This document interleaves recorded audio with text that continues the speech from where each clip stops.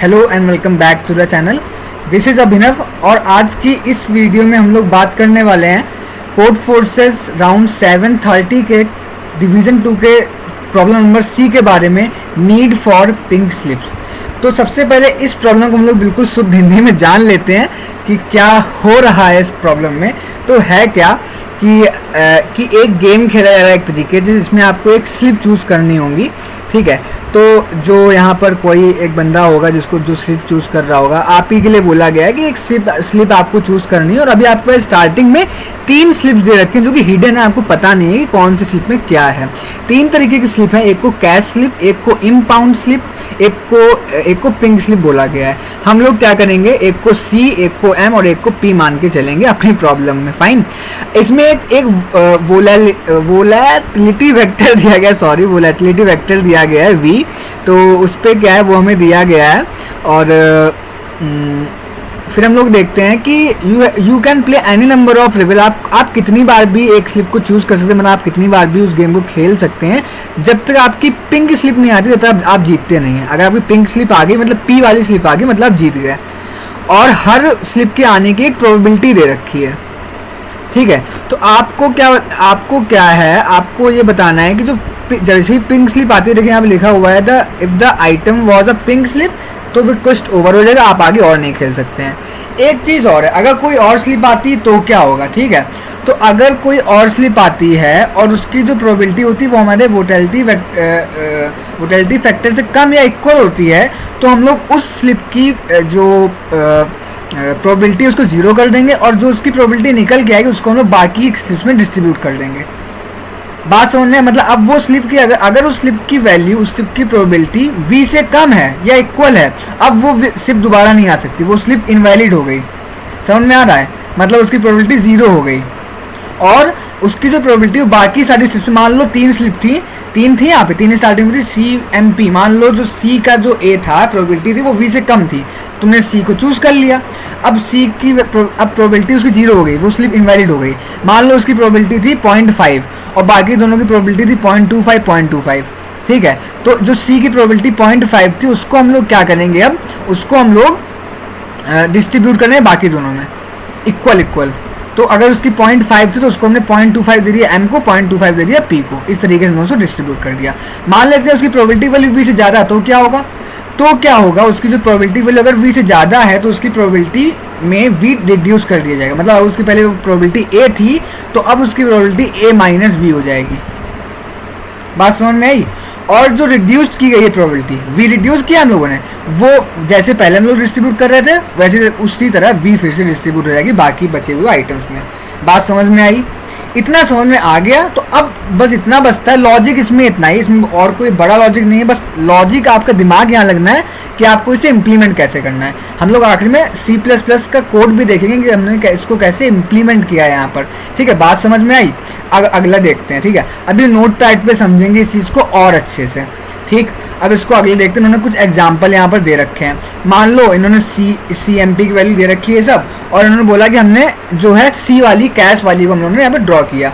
तो क्या हुआ, हमने क्या बोला था, अगर ए की वैल्यू इससे ज़्यादा है तो हमारी जो नई ए की वैल्यू आ जाएगी वो क्या आ जाएगी, वो ये आ जाएगी कि हम लोग इसमें इसको माइनस कर देंगे। मतलब 0.2 में 0.1 माइनस कर दिया, बचा 0.1, और जो माइनस किया है 0.1 माइनस किया है वो इक्वली डिस्ट्रीब्यूट हो जाएगा। तो बाकी दोनों में क्या हुआ, 0.05 ऐड हो गया। हुआ कि नहीं हुआ।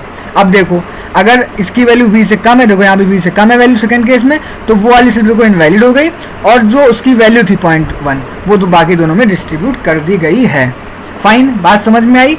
इस तरीके से आप बाकी दो भी यहाँ पे समझ सकते हैं, वही चीज़ है। अब आपको क्या बताना है, कितनी एक्सपेक्टेड नंबर ऑफ रेसेस हैं कि आप जो है पिंक स्लिप को ड्रॉ करें, मतलब आप गेम को ख़त्म करें, जीतें। तो देखिए यहाँ पर थोड़ा कन्फ्यूज़न मुझे भी लगा, तो कन्फ्यूज़न यहाँ पे था। पर आप एक चीज़ देखिए, इन्होंने यहाँ पर जो टेस्ट स्क्रीन में सॉल्व करके बाद में दिखाया है ना, थोड़ा बहुत ये, इससे काफ़ी लोगों का जो लॉजिक क्लियर हो गया है यहाँ से। तो इन्होंने बेसिकली क्या किया है, इन्होंने सारे कंडीशंस निकाल लिया है कि मान लो पहले से पी स्लिप आई, फिर पहले सी आई, बाद में पी आ गई। मतलब एक तरीके से उन्होंने ऐसी कंडीशन निकाली हैं जिसके बाद पी स्लिप आ रही है। देखो लास्ट में हमेशा पी आ रही है, मतलब वो गेम जीत रहा है। मान लो पहले में पी आ गई, उसकी प्रोबेबिलिटी कितनी इतनी है। मान लो पहले सी आई फिर पी आई, तो हम लोग मल्टीप्लिकेशन थ्योरम के हिसाब से उसको दोनों प्रोबेबिलिटी को मल्टीप्लाई कर देंगे। मान लो पहले सी आई फिर MI, फिर PI, तो हम लोगों ने कर दिया। अब देखो इसमें क्या किया है, CMMP, पहले C आई तो C की कर दिया, बाद में MI फिर कर दिया। पर देखो जब कोई आप एक स्लिप को जब चूज़ करेंगे तो बाकी स्लिप्स की प्रोबेबिलिटी चेंज भी हो रही है भाई, चेंज नहीं हो रही है। अगर उसकी प्रोबेबिलिटी V से बड़ी थी तो किस हिसाब से चेंज हो रही है, तो फिर इक्वल डिस्ट्रीब्यूट भी तो हो रहा है। तो इस वजह से प्रोबेबिलिटी चेंज भी हो रही है। उसको हम लोग क्या करते हैं, हम लोग एक काम करते हैं, हम लोग इस वाले केस को यहाँ से कॉपी करते हैं और अपने नोट पैड पर चल के इसको पूरा समझते हैं कि इन्होंने यहाँ पर किया क्या हुआ है। और एक बार आप ये वाला टेस्ट केस समझ गए मतलब आपको पूरा क्वेश्चन यहाँ पे समझ में आने लगेगा। ठीक है, तो हम लोगों ने यहाँ पे इसको कॉपी कर दिया बहुत ही अच्छे तरीके से। अब आप देखिए, अब आप एक काम करते हैं हम लोग इसकी मतलब वो भी ले लेते हैं कि क्या क्या वैल्यूज़ थी, वैल्यूज़ भी हम लोग यहाँ पे कॉपी कर लेते हैं तो ज़्यादा सही रहेगा। Give me a minute, give me a second, okay fine.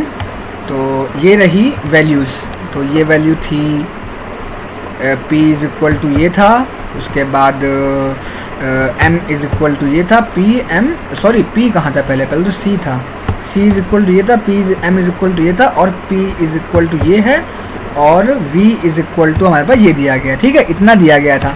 अब आप एक चीज़ देखो, ठीक है, आप ये कैसे पता लगाएंगे कि यहाँ पर CMP या CMMP ये इसकी कंडीशंस हो सकती हैं, ये आप कैसे पता लगाएंगे। देखिए आप ये ऐसे पता लगाएंगे कि आपको एक चेक करना पड़ेगा, आपको एक ऑलवेज सी बात यहाँ पे लूप या फिर रिकर्जन लगेगा। मैंने रिकर्जन के मेथड से इसको सब समझाऊंगा मैं आगे जाके। तो आपको ये देखना पड़ेगा आपको रिकर्जन करते करते कि जब प्रोबेबिलिटी चेंज हो रही है तो कभी कोई ऐसा तो नहीं कि जिसकी प्रोबेबिलिटी A से कम आ गई या इक्वल आ गई हो V के, अगर V के इक्वल या कम आ गई मतलब वो इनवैलिड हो गया है, तो हम लोग उसको आगे यूज़ नहीं कर सकते हैं। जैसे पहले केस में जब हम लोगों ने C यहाँ पे लिया तो वो इनवैलिड हो गया, बाद में हम लोग M ले रहे हैं, फिर M भी 2 बार इनवैलिड हो गया, बचा P, तो हम लोग गेम जीत गए। ठीक है, अब देखते हैं कैसे। देखो अच्छा, हम लोग पहला केस देखते हैं। पहला केस था क्या था, पहला केस देखो सीधा उन्होंने सीधे P ले लिया है भाई, सीधे यहाँ पे उन्होंने P ले लिया, उसकी प्रोबेबिलिटी लिख दी 0.6। ठीक है, अगला केस देखो क्या है, अगले केस में उन्होंने पहले C लिया।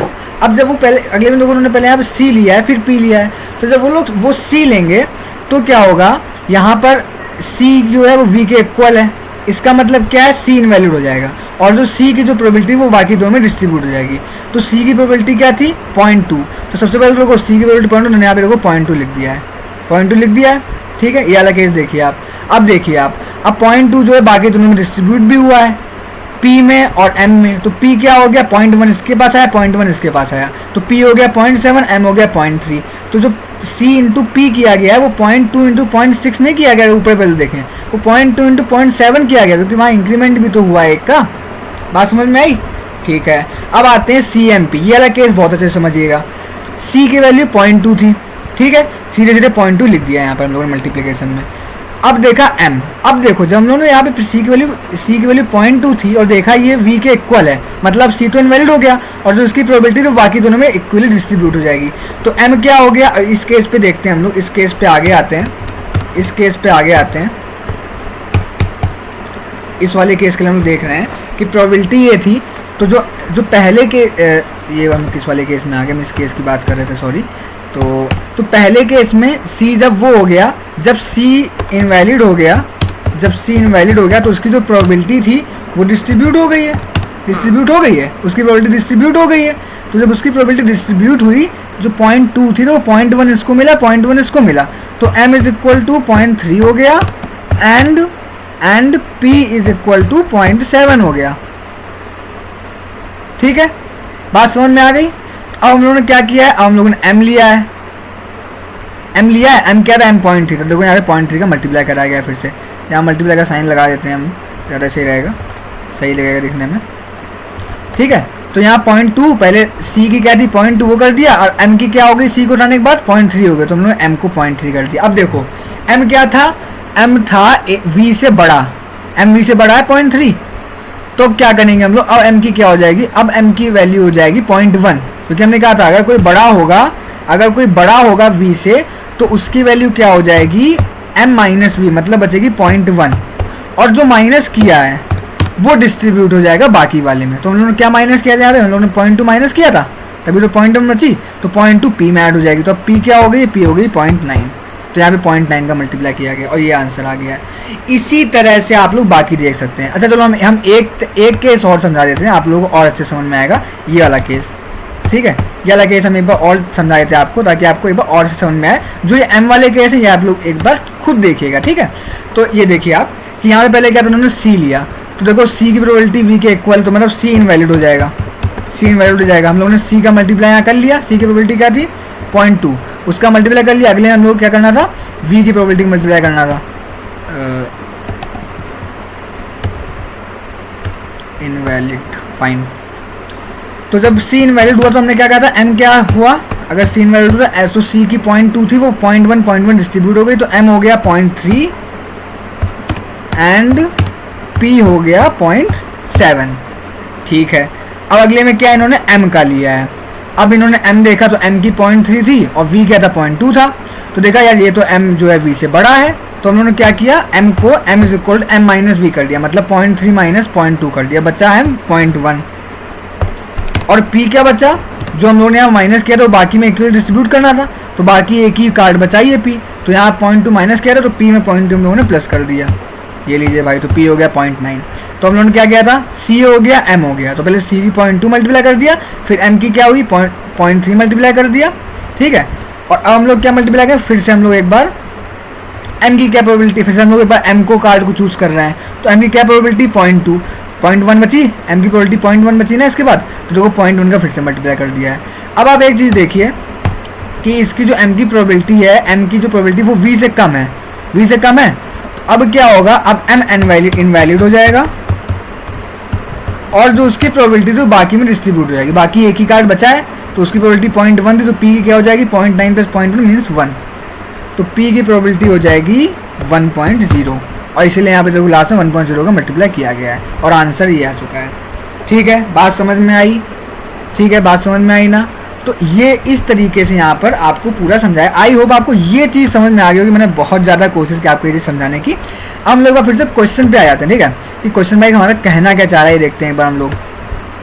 तो ये रहा हमारा क्वेश्चन, और इस पर हम लोगों ने ये चीज़ पूरा देख लिया है। अब आते हैं क्वेश्चन में, तो एक तरीके से जब टेस्ट केस समझ लिया हम लोगों ने, तो और कुछ उसमें समझने लग रहा नहीं। हाँ, एक चीज़ ये और देख लीजिए आप कि इन्होंने क्या किया है, इस वाले पे केस में इन्होंने 1 का मल्टीप्लाई किया, इस वाले केस 2 का मल्टीप्लाई, इस वाले केस 3 का मल्टीप्लाई किया है। ये क्या मल्टीप्लाई हुए हैं, ये इसलिए मल्टीप्लाई हुए हैं क्योंकि ये जो दिया गया है ना CMP, तो इसमें देखो 3 बार प्रोबेबिलिटी गई है ना, इसलिए यहाँ 3 का मल्टीप्लाई किया है। यहाँ पे 2 बार कार्ड चूज हुआ है तो सिर्फ 2 का मल्टीप्लाई किया, यहाँ पे सिर्फ 1 बार कार्ड चूज हुआ 1 का मल्टीप्लाई किया, यहाँ पे 4 बार कार्ड चूज हुआ तो यहाँ देखो 4 का मल्टीप्लाई किया, यहाँ पे 3 बार कार्ड चूज हुआ, यहाँ 3 का मल्टीप्लाई किया है। ये चीज़ भी आपको वहाँ पे ध्यान रखनी है। अब हम लोग देखते हैं इसका कोड, जो कि सबसे बड़ा पार्ट है, सबसे बड़ा पार्ट है जो इसका कोड। तो सबसे पहले मैं आपको बता दूं, मैंने यहाँ पे 2 ग्लोबल वेरिएबल लिए हैं, एक है आंसर जिसमें हम लोग अपना फाइनल आंसर स्टोर करने वाले हैं, एक है dd। अब वो dd जो है बताते हैं आगे क्या यूज आने वाला है। और मैंने यहाँ पे एक रिकर्जन मेथड बनाया जो बार बार कॉल होगा, लूप की जगह रिकर्जन का मैंने यहाँ पे यूज़ किया है। तो हम लोग देखते हैं। सबसे पहले तो देखो ये नीचे देख लेते हैं, हम लोगों ने t का इनपुट करा लिया, और t के इनपुट के बाद में हम लोगों ने यहाँ पे ये लूप चला ली 0 से लेकर t तक की, ठीक है। और आंसर 0 है, पहले भी 0 दिया गया था। ABCD करके 4 वेरिएबल ले लिए, जो कि वहाँ पे क्या थे, वहाँ पे थे CMD, हमने यहाँ पे ABCD से ले लिया है। और फिर क्या किया हम लोग, DD में हम लोगों ने हमने DD में क्या किया है, D इंटू 10⁻7 का मल्टीप्लाई किया। पूछो क्यों? क्योंकि जो प्रिसीजन है डबल का वो होता है 10⁻7 पॉइंट तक का। हम चाहते हैं जो DD है वो इंटीजर में आ जाए, मतलब उसमें आगे प्रिसीजन ना बचे, इसलिए हमने इसका मल्टीप्लाई किया। वो क्यों किया? क्योंकि आगे हम लोग उसको इंट से कंपेयर भी करने वाले हैं। आगे हम लोग जाके DD को इंट से कंपेयर करने वाले हैं। वो क्यों, वो आगे देखेंगे। फिर हम लोगों ने क्या किया, सीधा कुछ नहीं किया, हम लोगों ने रिकर्जन चला दिया। यहाँ पर हम लोगों ने ABCD लिया है और एक जगह 0 और 1 लिया। 0 1 क्या है? 0 एक्चुअली में हमारा वो वेरिएबल है जहाँ पे हमारा आंसर स्टोर हो रहा है, और 1 क्या है? 1 एक्चुअली में जो लोग मल्टीप्लाई कर रहे थे, यहाँ पे आपको याद होगा मल्टीप्लाई कर रहे थे किस नंबर के आगे किसका मल्टीप्लाई करना क्वेश्चन पे, अगर हम यहाँ पे देखें तो वो चीज़ है, ये चीज़ जो थी 1, यहाँ पे 1 का मल्टीप्लाई 2 का मल्टीप्लाई किया, तो वो चीज़ भी देखेंगे आगे कि क्यों कर रहे हैं, आगे क्या यूज़ है। तो सीधे चलते हैं हम लोग अपने रिकर्जन मेथड है, वही मेन है हमारा।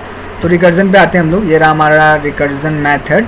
यहाँ पे ABCD आ गया। ABCD मतलब क्या था? CMPV, और ये KL है और X है। तो KL क्या है?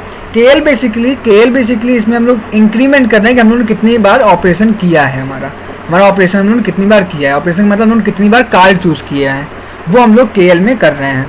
कितनी बार कार्ड चूज़ किए से क्या मतलब है हम लोगों का, इससे ये मतलब है कि अगर हम लोग 2 बार कार्ड चूज करेंगे तो 2 का मल्टीप्लाई वहाँ पे होगा, 3 बार करेंगे तो 3 का मल्टीप्लाई वहाँ पे होगा। ठीक है, बात समझ में आ रही है आपको?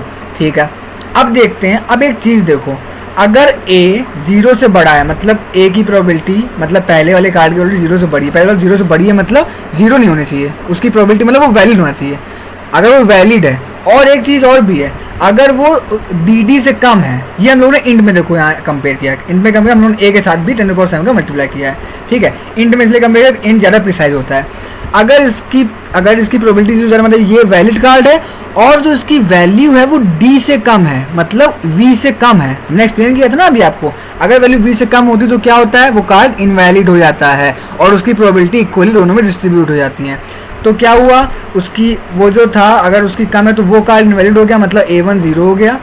ठीक है, मतलब a1 0 हो गया, वो कार्ड इनवैलिड हो गया, और बाकी दोनों की प्रोबेबिलिटी में उसकी आधी आधी प्रोबेबिलिटी ऐड हो गई। बात समझ में आई? बात समझ में आई? वो कार्ड क्या हुआ, वो कार्ड इनवैलिड हो गया, इज इक्वल टू 0 हो गया, और बाकी दोनों में उनकी प्रोबेबिलिटी ऐड हो गई। अगर उनमें से कोई और कार्ड भी 0 है, मान लो b भी 0 होता, c तो 0 हो नहीं सकता है क्योंकि वो तो हमें निकालना ही है आखिरी में।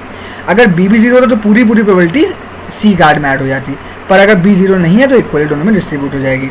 अब देखते हैं, अगर a वैलिड कार्ड है, प्रोबेबिलिटी 0 से बड़ी है, पर जो वो है वो v से छोटा नहीं है, v से बड़ा है, तो हम लोग क्या कर रहे थे, जब वो v से बड़ा होता है तो क्या करते हैं हम लोग, a को a - d से रिप्लेस कर देते हैं। वही देखो हम लोगों ने यहाँ पे किया है, a1 को हम लोगों ने a - d से रिप्लेस कर दिया है। ठीक है, और b और c को क्या किया है, अगर b 0 है तो सीधे सीधे जो हम लोगों ने रिड्यूस किया था उसको हम लोगों ने c को दे दिया, अगर b भी है तो हम लोगों ने उसको इक्वली यहाँ पे डिस्ट्रीब्यूट कर दिया है। ठीक है, इतना समझ में आ गया होगा। सेम चीज़, एग्जैक्ट सेम लॉजिक हम लोगों ने b के लिए किया है। देख लो, एग्जैक्ट सेम लॉजिक हम लोगों ने b के लिए किया है। यहाँ पे अगर b बड़ा है 0 से और b d से छोटा भी है तो हम लोगों ने क्या किया है, तो हम लोगों ने उसको a1 को a के इक्वल रख दिया है, और क्या किया हम लोगों ने, b को 0 के इक्वल रख दिया है, और बाकी जो उसको इक्वल डिस्ट्रीब्यूट कर दिया है। सेम चीज़ यहाँ पर b को b - d के इक्वल कर दिया अगर वो उससे बड़ी है तो, और हमने उसको इक्वल डिस्ट्रीब्यूट कर दिया है। और हर बार हम लोग फिर से रिकर्जन मेथड को कॉल कर रहे हैं, रिकर्जन करवा रहे हैं उसका मेथड का। फाइन। अब आप एक चीज़ देखिए, हम लोग आंसर कहाँ स्टोर कर रहे हैं, हम लोग आंसर स्टोर कर रहे हैं आंसर में, और ये आंसर क्या प्लस कर रहा है, y की वैल्यू प्लस कर रहा है। बताइए y है क्या, ये हर काउंटिंग बार हम क्या y निकालना है, हम हर काउंटिंग बाद ये y निकालना है। पहली बार में ये आया होगा, दूसरी बार में ये आया होगा, तीसरी बार में ये आया होगा। अब ये हम कैसे निकालें ये चीज़ देखो एक बार। ठीक है, जो ये x इंटू ए वगैरह हो रहा है ना, ये x इंटू ए, x इंटू बी, ये होता है क्या हो रहा है, ये हो रहा है जो हम हर बार आप देख रहे हैं प्रोबेबिलिटी मल्टीप्लाई नहीं हो रही है। जैसे इस वाले कंडीशन में 0.2 इंटू 0.7 हो रही थी, इस वाले 0.2 फिर 0.3 फिर 0.9 हो रही थी, वो हम लोग यहाँ मल्टीप्लाई कर रहे हैं x इंटू ए, x इंटू बी। आप देखिए हम लोग जो कार्ड चूज़ कर रहे थे, हम लोग उस कार्ड की प्रोबेबिलिटी पहले यहाँ देखो मल्टीप्लाई कर रहे थे, सी चूज़ किया, सी की प्रोबेबिलिटी मल्टीप्लाई किया। इस तरीके अगर हम लोगों ने यहाँ पे ए कार्ड को चूज़ किया है तो हम लोगों ने यहाँ ए को देखो x इंटू ए कर दिया, यहाँ हमने x इंटू बी कर दिया। ठीक है, ये हो गया। अगला देखते हैं कि अगला हम लोग क्या है, यहाँ हम लोगों ने अगला c का मल्टीप्लाई किया है। ठीक है, अब c क्या है, c है p की प्रोबेबिलिटी, जो p की प्रोबेबिलिटी है ना वो है c, क्योंकि p तो हर समय आ रहा है ना, देखो p तो हर केस में आखिरी में आ रहा है, तो हम लोग p की प्रोबेबिलिटी मल्टीप्लाई करेंगे।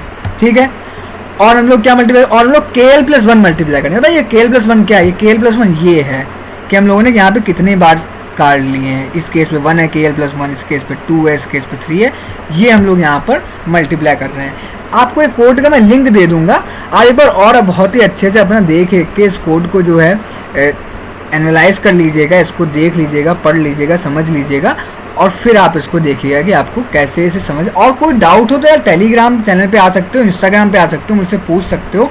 कोई भी कोड में डाउट आ रहा हो, कुछ भी आ रहा हो, तो आप मुझे जो है कमेंट करके पूछ सकते हो नीचे। वीडियो अच्छी लगी तो सब्सक्राइब कर लो चैनल को, बहुत मेहनत लगती है। अभी कॉन्टेस्ट खत्म हुआ, कॉन्टेस्ट में यार क्वेश्चन लगाए 3, उसके बाद तुरंत सॉल्यूशन बनाने बैठ गए। तो ठीक है, अगर कुछ डाउट हो कमेंट कर लो, फॉलो कर लेना इंस्टाग्राम पे भी कोड नैप को, डेली कुछ ना कुछ प्रॉब्लम वगैरह मैं अपलोड करा करता हूँ वहाँ पर। टेलीग्राम ज्वाइन कर लो, बहुत सारा कॉन्टेस्ट रिगार्डिंग वहाँ पे डिस्कशन हुआ करता है। ऐसे कि कॉन्टेस्ट जैसे खत्म हुआ था ना अभी कोड फोर्सेस वाला, तो उसके बाद जस्ट बहुत सारा डिस्कशन हुआ था प्रॉब्लम्स के ऊपर। Thank you for watching the video, I hope you like it, share it with your friends, and thank you, tata, bye bye, good night and have a nice day. और क्या क्या होता है, और वही सब सब्सक्राइब कर लो, लाइक कर लो, शेयर कर लो, कमेंट कर दो, इंस्टाग्राम पे फॉलो कर लो, ट्विटर पे फॉलो कर लो, और क्या फेसबुक पे फॉलो कर लो, और लिंक्डइन पे जाके कनेक्ट हो जाओ सब लोग। So thank you.